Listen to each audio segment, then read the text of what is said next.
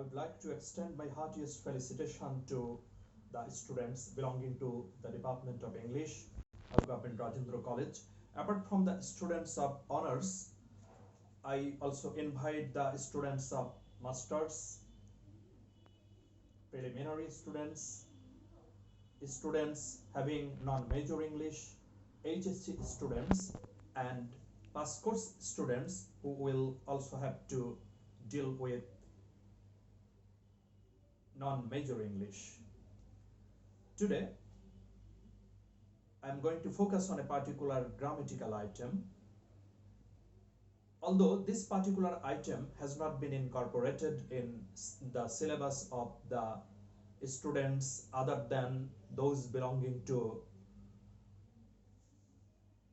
non-major, those students with non-major English and degree students with non-major English.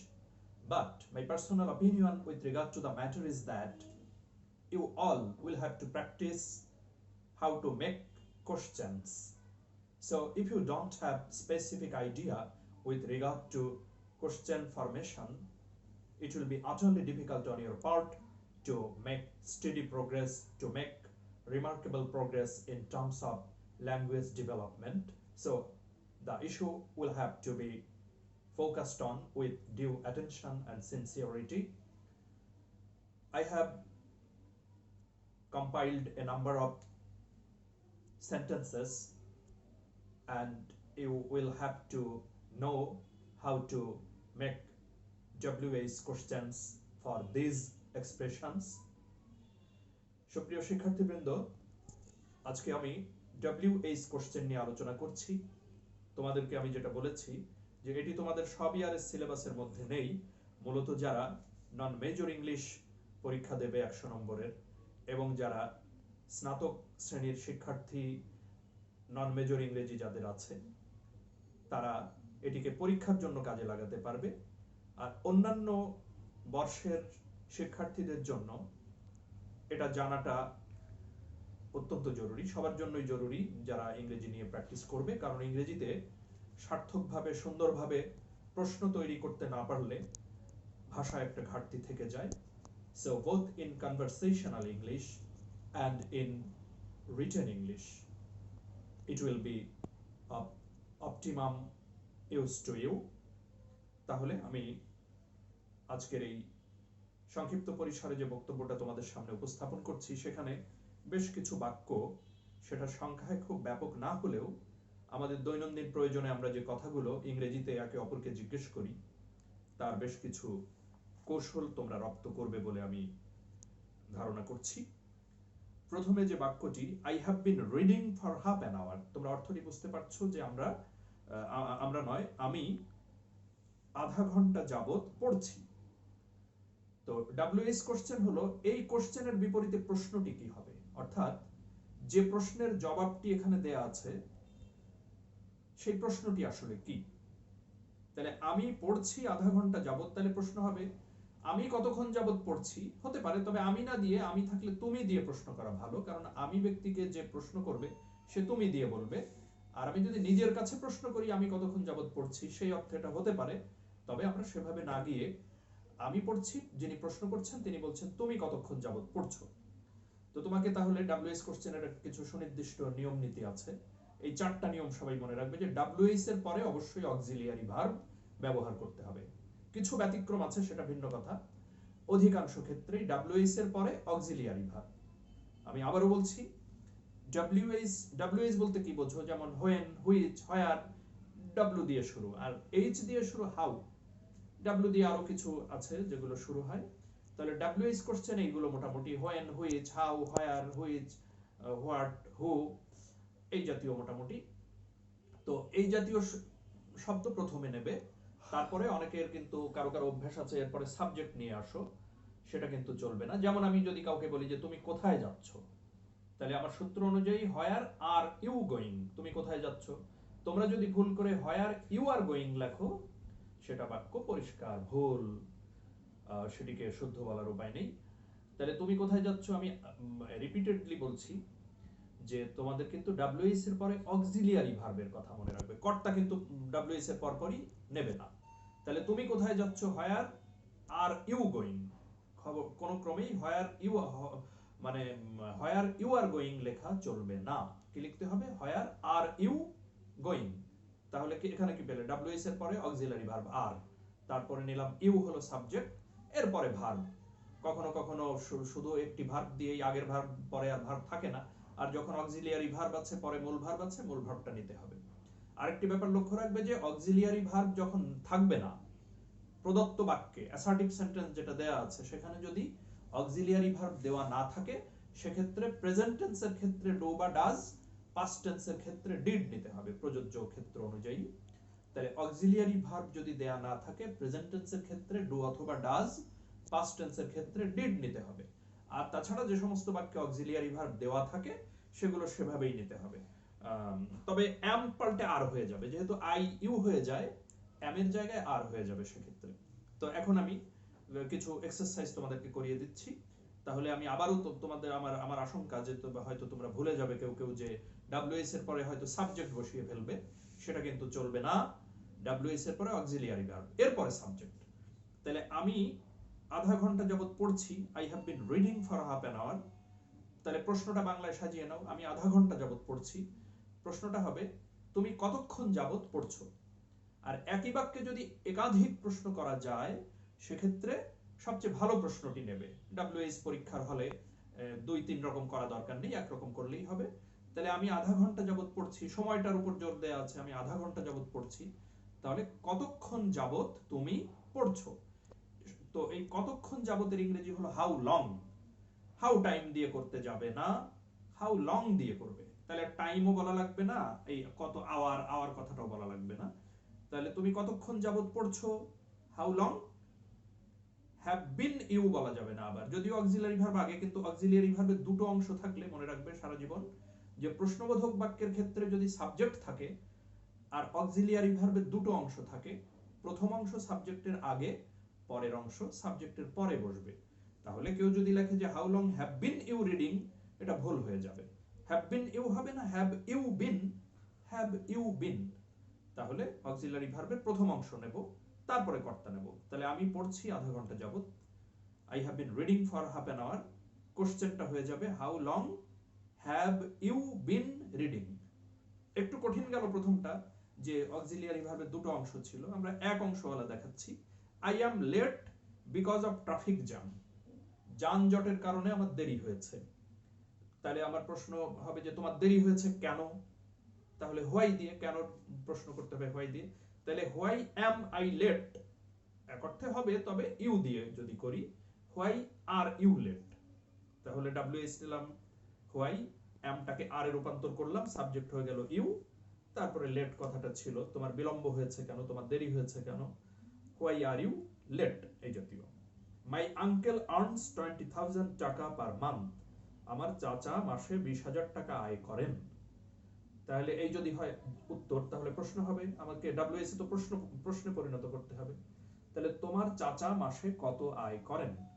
তো কত টাকা আয় করেন বা কত আয় করেন, অবশ্যই মনে রাখবে এই প্রশ্নটি করতে গেলে হাউ মাচ মানি। তবে মানি যদি কেউ, তবে হাউ মাচের পরে টাকা লেখা চলবে না, হাউ মাচ মানি লেখা চলবে। আর যদি কেউ কত টাকা জানতে শুধু হাউ মাচ দিয়ে প্রশ্ন করে, মানি যদি নাও লেখে, তবুও কোশ্চেন শুদ্ধ হবে। তো আমরা মানি দিয়েই করি, যে আমার চাচা মাসে 20,000 টাকা আয় করেন।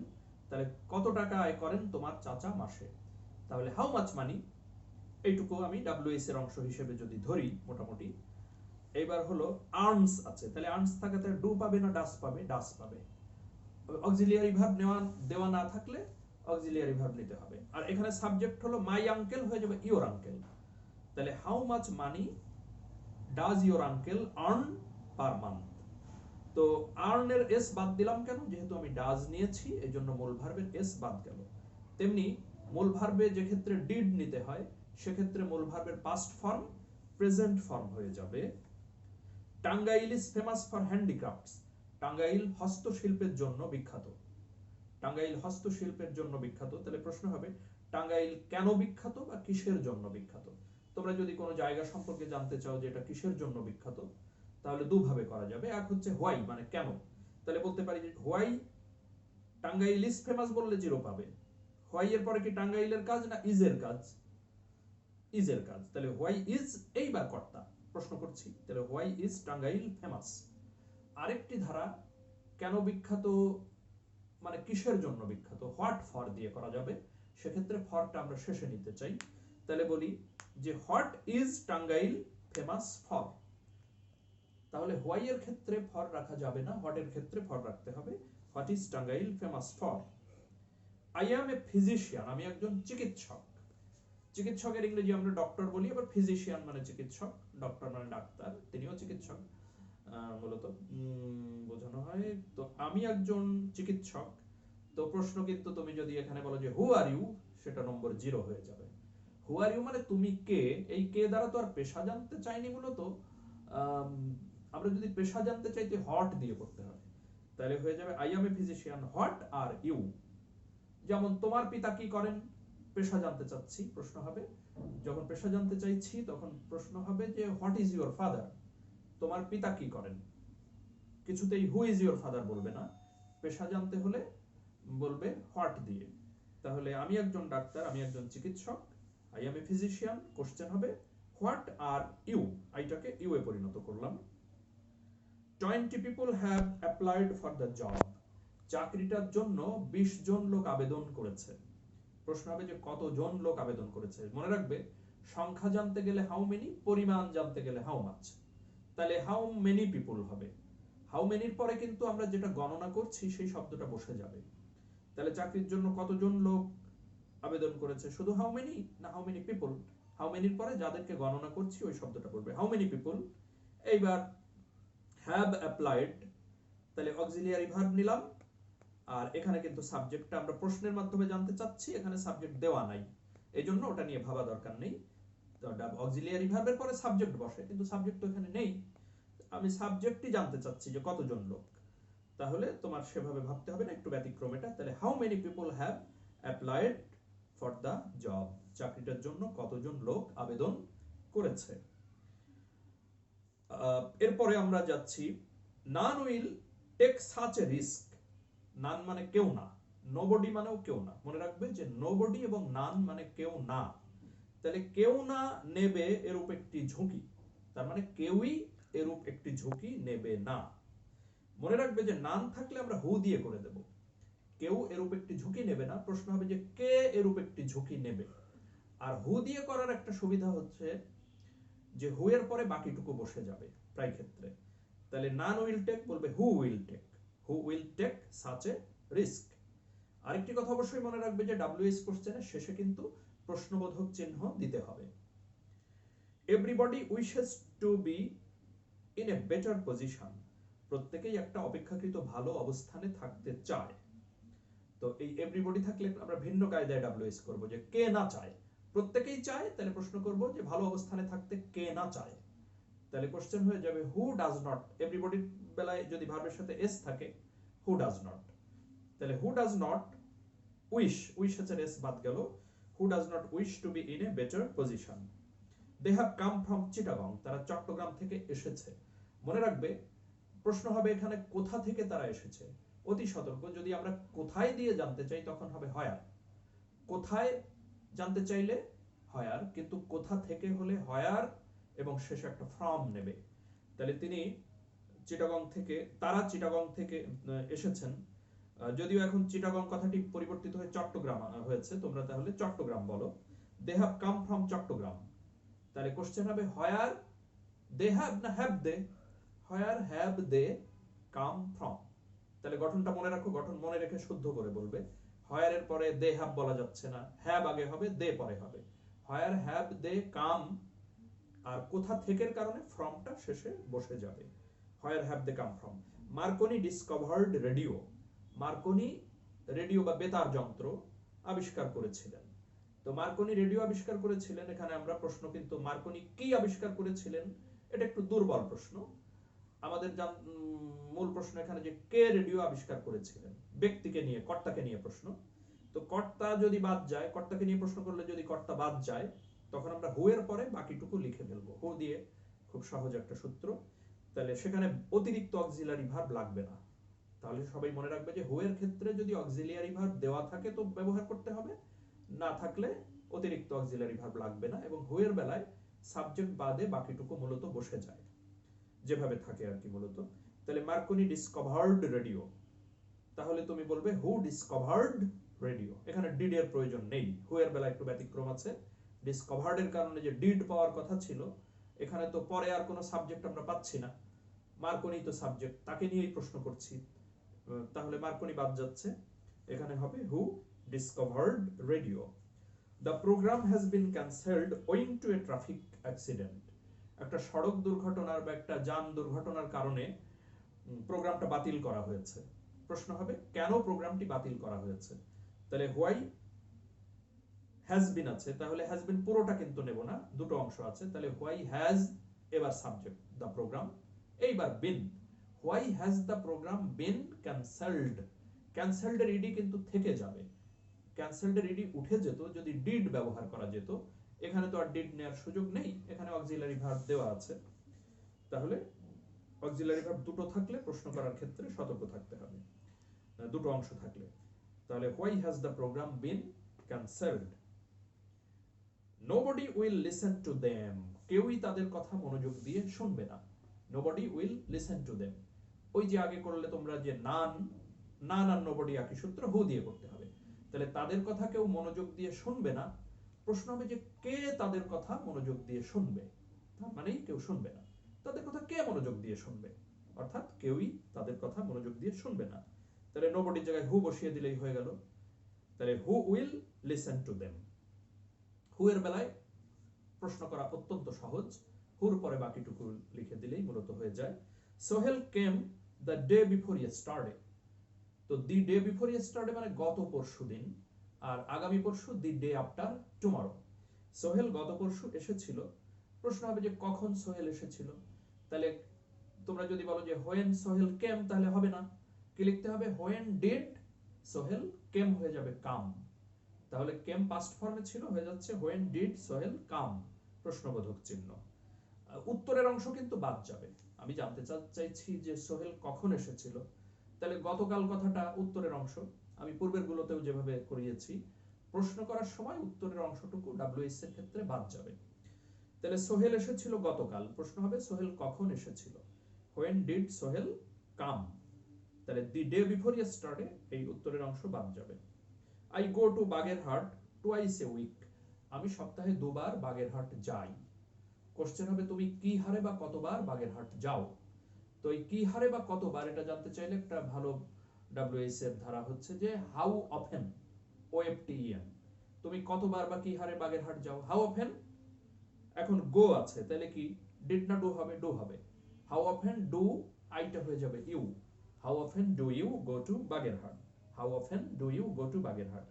I borrowed 500 taka from him, আমি তার কাছ থেকে 500 টাকা ধার করেছিলাম, আমি তার কাছ থেকে 500 টাকা ধার করেছিলাম, কোশ্চেন হবে তুমি তার থেকে কত টাকা ধার করেছিলে, তো কত টাকার ইংরেজি তোমাদের মনে আছে যে টাকার বেলায় আবার পরিমাণ ধরেই ওইভাবে, মানে মোট কথা হাউ মাছ দিয়ে করবে আর কি মূলত, তাহলে হাউ মাছ টাকা না how much money, how much টাকা লেখা চলবে না, হাউ মাছ মানি লিখতে হবে, how much money did you borrow, borrowed হলো পাস্ট ফর্মে, তাহলে হাউ মাচ মানির পরে আমার হলো অক্সিলারি ভার্বের প্রসঙ্গ, এরপরে কর্তা বা সাবজেক্ট, তাহলে how much money did, I হয়ে যাবে ইউ, বরো ফ্রম হিম, তুমি তার কাছ থেকে কত টাকা ধার করেছিলে। So dear students, I think that from my deliberation with regard to WH questions, I think that you have been able to understand some of the rules and regulations relating to WH questions,